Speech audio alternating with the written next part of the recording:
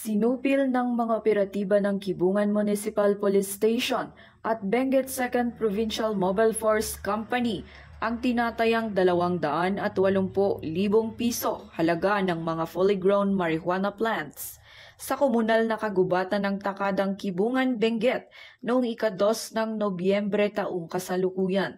Ayon kay Police Colonel Joseph Bayongasan, Provincial Director ng Benguet Police Provincial Office, pinangunahan ng Kibungan Municipal Police Station at Benguet 2nd Provincial Mobile Force Company sa pakikipagtulungan ng iba't ibang ahensya ang operasyon na tinatawag na Oplan Binadang Gabot. Natagpuan sa operasyon ang 3 plantasyon ng marijuana na may tinatayang kabuuang lawak na 280 kwadrometro.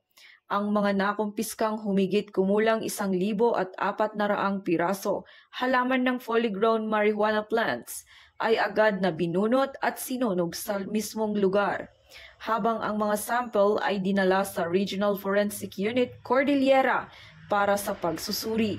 Ang Oplan Binadang Gabot ay isang inisyatiba ng Police Regional Office Cordillera na nangangahulugang bunutin o alisin sa wikang kankanaay ay nagpapakita ng isang matagumpay na halimbawa ng pakikipagtulungan ng pulisya at komunidad sa pagsugpo sa iligal na pagtatanim ng mga droga bilang pagsuporta sa isinusulong ng Pangulong Ferdinand Marcos Jr.